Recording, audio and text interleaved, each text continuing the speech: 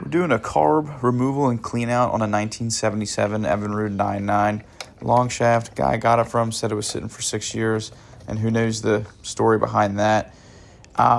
It's got good compression, good spark, just not getting fuel. So we're going to start with a carb clean out and go from there.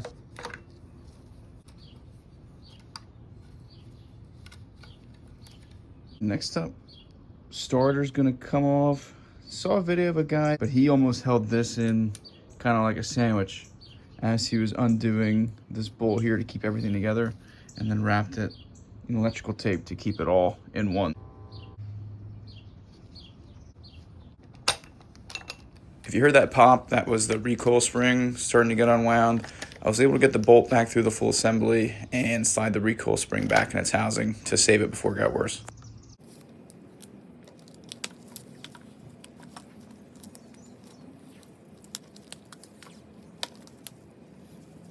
And so I can find the tab later, I'm just gonna fold it over.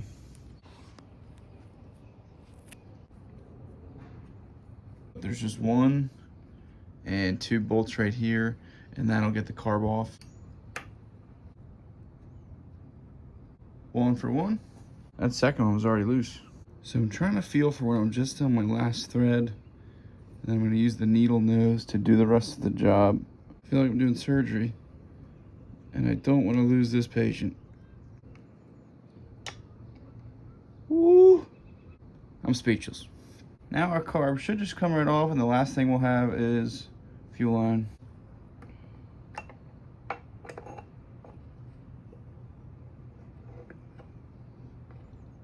And last up is just disconnecting the fuel line here. Please come off. There we go. Just had to ask nicely.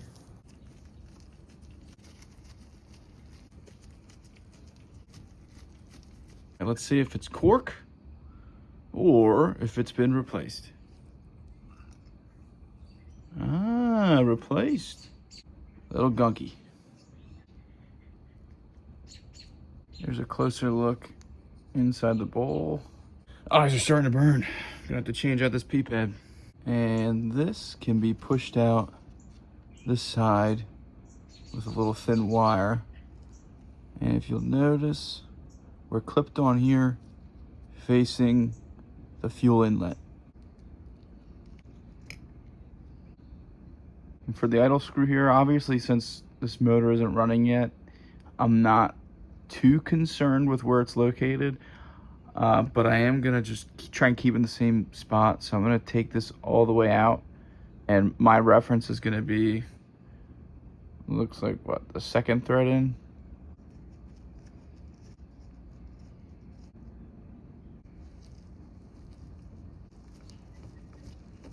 Jets are out. I should definitely be using a rebuild kit, but I'm gonna try and just do a clean out and see if that gets me what I need. If not, we'll go with the rebuild kit, but I'm just getting impatient waiting on mail. So here we are.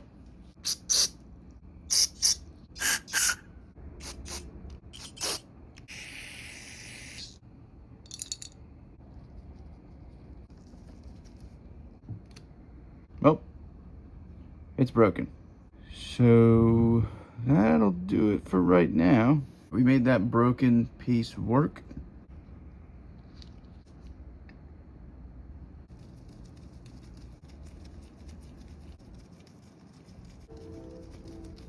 We got our adjustment screw in here, because that little fine tip right there seats in very delicately. We don't want to over tighten it either. There we go. That looks right about how I had it. Not sure if this is right or not, but just going with how it was when I took it off.